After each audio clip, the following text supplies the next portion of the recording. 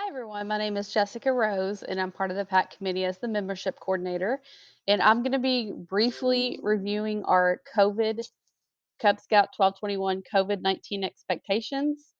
These expectations were drafted and put into place from this guidance from the district. So that's kind of where we went with that. First off, all meetings have to be limited to 10 or less. This includes scouts and adults. So we had to make adjustments to our dens to um, be in compliance with the executive order. PAC meetings will have to be held virtually since we're so big. When we get all the scouts and all the adults in there, there's a lot of people. So for now, we're going to be virtual. All scout leaders, including adult partners for lions and tigers, and scouts will have to be socially distanced, 6 feet, and masked. Of course, you can be close to your household party or your household members. Household members do not need to be socially distanced. Den leaders will help younger kids visualize this with markings, like such as hula hoops, as needed, and meetings will be held outside as much as possible. During the winter months, meetings will probably have to be held at parents' houses until Fayette County Public Schools allow us to return to our normal spot, which is ACE. We're not sure if that will happen this school year. We'll just have to kind of wait and see what happens. A COVID-19 screening and temperature checks will be done for all at arrival.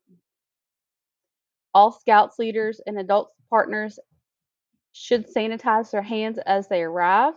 If we're meeting outside, it'll be like um, hand sanitizer. If we're meeting at someone's house, then we'll have the scouts actually wash their hands. The goal is to keep the meetings in person, and we're pretty sure that we're going to be able to do that. But if the positive numbers spike again and executive orders come into play, we may have to go back to being virtually, but we do not want to do this. This is our last option, and we're going to work really hard to keep that from happening. This part's pretty important. In order for us to meet as a group, we have to kind of follow these guidelines for contact tracing. If a scout or a family member tests positive, you need to notify our committee chair, which is DJ Rose. You don't need to notify the den leader.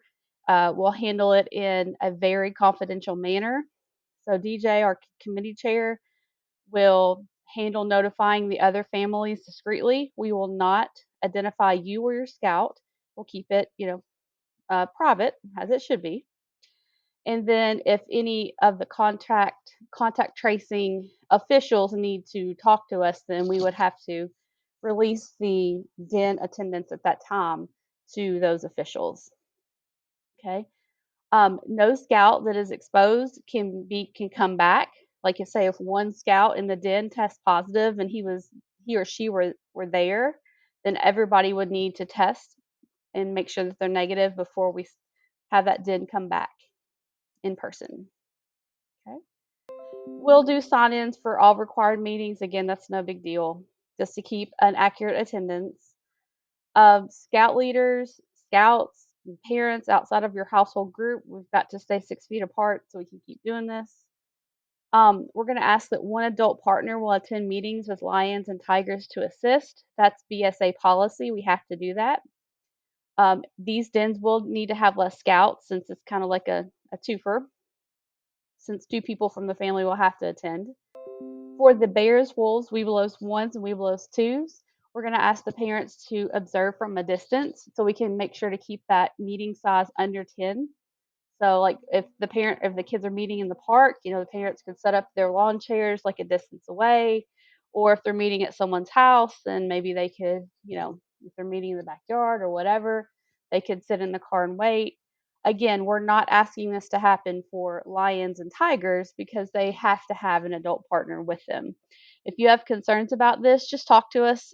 If you feel like you really need to attend with your child in person, we can make allowances for that, but we're going to try to keep those group sizes low so we keep the kids from coming into contact with less people. Okay, and then number 10, no surprise, all den leaders, scouts, and adults must wear a face covering and keep it on at all times. If a scout or parent is unable to wear a face covering, we're going to provide a virtual way to participate in meetings. There's no exception to this rule, so we are allowed to meet.